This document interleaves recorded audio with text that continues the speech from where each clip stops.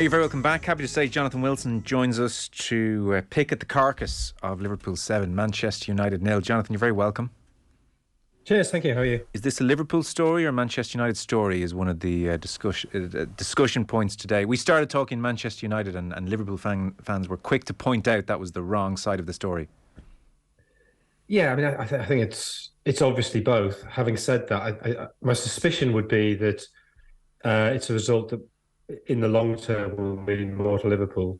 Yeah, I think United probably will get over this. That they probably will be able to write it off as a freak result. They've had a couple of heavy beatings already this season: the 6-3 against City, the 4-0 against Brentford, and they were able to put them behind them pretty quickly. I think you can look further back and say Ferguson's United took some really heavy beatings. You think of conceding 6 at Southampton, conceding 5 at Newcastle, the 6-1 defeat to Manchester City. So as long as their results in the next 3 or 4 weeks are reasonable, I think they can say that there's obviously a lot went wrong in that second half, but fundamentally they actually were in the game till half time, arguably the better side even in the first half, and then fell apart. And I think you can look at the attitude of certain players in the second half, and you look at certain structural things that went wrong. But I would assume that they'll come back from that and say it was fundamentally down to accumulated fatigue, both physical and emotional, coming off the back of that Barcelona game and the League Cup final. Whereas Liverpool, I didn't see this coming at all. And all those doubts we had about whether Klopp was coming to the end, whether he had the energy to start building a second great side. I mean, they're not put to bed by one game, but the dynamic of that debate has definitely shifted, and there's a lot more positivity there. And even if they sort of stutter in towards the end of the season, even if they don't get fourth, this will be the season when they beat Manchester United 7-0. So they've got something to hold on to this season, and it looked like this could be a completely flat season for them. I know you were there. What jumped out about the Liverpool performance in that second half?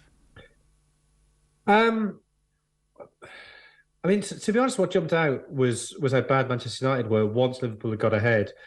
But equally, Liverpool were ruthless in taking their chances. I think they only had 8 shots on target and then scored 7 of them. Yeah. So I'm trying to avoid the word freakish because I know Gary Neville used it a lot on Sky. But I don't think it was... I don't think it was a 7-goal thrashing in the way that Germany beat Brazil in 2014 was a 7-1 thrashing. I don't think the gulf between the sides was that huge. It was this sort of hilarious ruthlessness that suddenly, for half an hour, each of those 3 forwards, then the substitutes when they came on, whatever the hit went in, and you could almost see the sort of the hilarity and the glee that they understood that they were just having one of those afternoons where everything was going right. But I think there had been a lot of questions as to whether that front 3 could work together, and you can see absolutely it definitely can. I'd been very sceptical as to whether you could play Gakpo and Nunez and Salah. I was very concerned about whether Salah was as effective when he's sort of forced to play wider, when you have a more orthodox centre forward, not to be dropping deep in the way that Firmino or Jota did. And I'd sort of assumed they were just waiting for Jota to get fit so they could bring Jota in. Well, that now doesn't appear to be the case. That Salah was the best player on the pitch and looked very happy playing that slightly wider role and was effective scoring twice. Gakpo had a pretty difficult start, I think, to life at Liverpool. There were questions about... have they just signed him because he was available at a reasonable price, or do they actually have a plan for him? I think he's a player who isn't quite the player he looks like he is.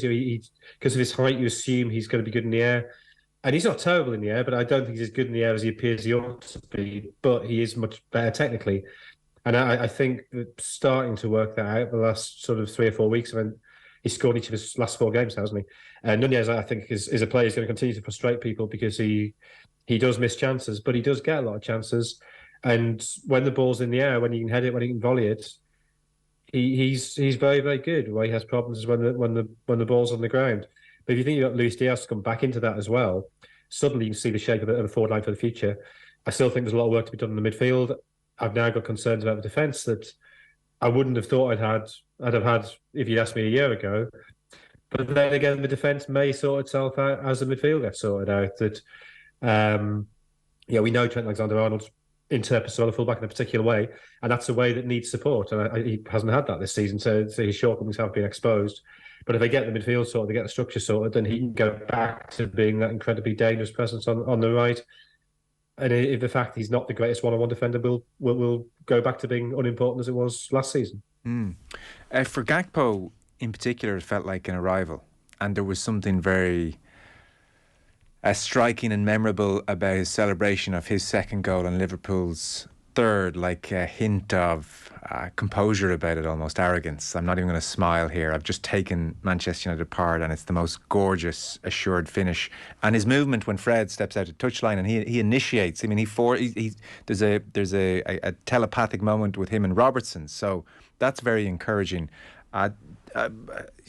That feels like almost, and we're well into the season now, that feels like his arrival quite late on, but a very important one, and the kind of thing that you'd say is repeatable. Yeah, I think so. I mean, you're right. His second goal, the third, was probably aesthetically the more pleasing goal. But that first one, the fact he stayed wide, he forced the error from Fred. I'm not quite sure where Dalot had got himself to in that move. That Fred was sort of forced to cover and clearly was reluctant to get too wide, which is what opens the space for Robertson to play that pass through. But that understanding is clearly there. So I mean, Klopp had spoken even before the game. He said he'd start to see things in training, things starting to click. Yeah. And I wonder if that's one of those things of and I guess you're a fullback and his winger, and winger feels like the wrong word. The fullback and his wide forward, they have to strike up that understanding. Robertson, I thought, had the best game, certainly the best game I've seen have this season. And maybe he benefited from having had the break with Tsimikas playing the previous game. But yeah, that pass, and then the way the Gakpo took it, the first touch was perfect. The first touch takes Varane out of the game and opens up the space for that shot into the bottom corner. And De Gea doesn't even dive for it. He knows he can't get there, and that's basically two touches from the pass. And then his second brilliant run from Salah, and the perfect weight of pass, and then really smart, deft finish. So not just two goals, but two really good finishes, but also the two really good bits of movement to create the opportunity for the pass that leads to the finish. So I think that there are real signs there that front three is beginning to click, and also click with the fullbacks. Erik ten Hag was unsparing after the game of his own side. He said, second half, we gave 2 goals away at the start, but then there was no team anymore. We didn't stick to the plan. There were 11 individuals. It's really bad. I've given my opinion to the players. It was unprofessional. You have to stick together as a team. We didn't do that. There was no discipline. You can have setbacks, but you have to stick together and do your job. Is Bruno Fernandes' captaincy tenable? I think that's a very good question. I mean, he was the obviously terrible player in that second half. I don't think Anthony played very well. I think Luke Shaw was to be fair, Luke Shaw, he's probably exposed by not getting support from the wide forwards. But Anthony, you can sort of say, well, he's a kid. He'll learn. When your captain's behaving like that, I think that's a big problem. I know there's different ways to be a captain, but that sort of petulant, getting in the referee's face and moaning at your teammates, that little shove on the linesman, I think he could easily have been sent off even for that. I wouldn't have thought that's great leadership. He is that type of player. I mean, we know he's a moaner. I don't think that's necessarily a problem, but I think it can become a problem if you're 2 or 3-0 down and you just need somebody to calm everybody down and say, let's get out of this without being humiliating. Manchester United today have told BBC Sport that he didn't request to be substituted at the end of the game. Instead, Fernandes was seeking clarification on his positioning after Elanga replaced Rashford. Bruno Fernandes could not care less about his positioning at 7-0. There is no more chance of that happening, Jonathan. Yeah, but I mean, I guess it's good that the club are protecting him. Yeah, because that looks really bad. I can't be bothered with this. I don't want to play anymore. Is a pretty bad look, especially in a captain. Somebody's meant to be the leader. But I think that's an issue of character and personality and temperament, and I think it's something that Manchester United probably hoped they'd moved on from. Yeah. That they had that streak of petulance in them at times before.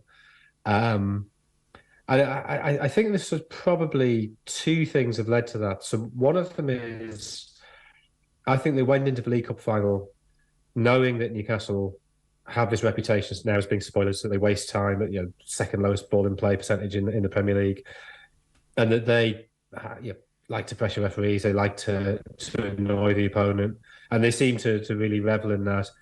And I think United had got themselves psyched up that they were going to do that more. And so the League Cup final essentially became angry men shouting at each other in Portuguese, and most of the game was just that. And I wonder if it was a bit of a hangover from that. But that I think probably, I mean, it's not the worst thing in a away game against a big side. However, given the relative form of United and Liverpool's form, you would say this was an opportunity for United really to have a go at Liverpool and see if the vulnerabilities that Real Madrid exposed, if they could also expose them by really getting at them. And I think that mentality, that spoiling time wasting mentality, just prevented them from doing that. I also think that tactical shape prevented them from doing that. That I would have. I mean, I spent the whole first half trying to work out what was going on. I know I get playing Weghorst as a 10 is a specific tactic to help with the press. I know it's worked, so I'm not necessarily criticising that. But then that meant Rashford playing through the middle. And I guess the idea is that somehow Weghorst draws out Van Dijk or Konate, and that Rashford can accelerate into that space. But I would have thought, Rashford in the form he's in and his pace, getting behind Alexander-Arnold, I'd have thought that was a really obvious thing to do. And Bruno Fernandes drifting in from that, sorry, excuse me, Bruno Fernandes drifting in from that left side, never really threatened to get behind Alexander-Arnold, which meant Alexander-Arnold could be the creative force, could be the playmaking force that he is at his best. I mean,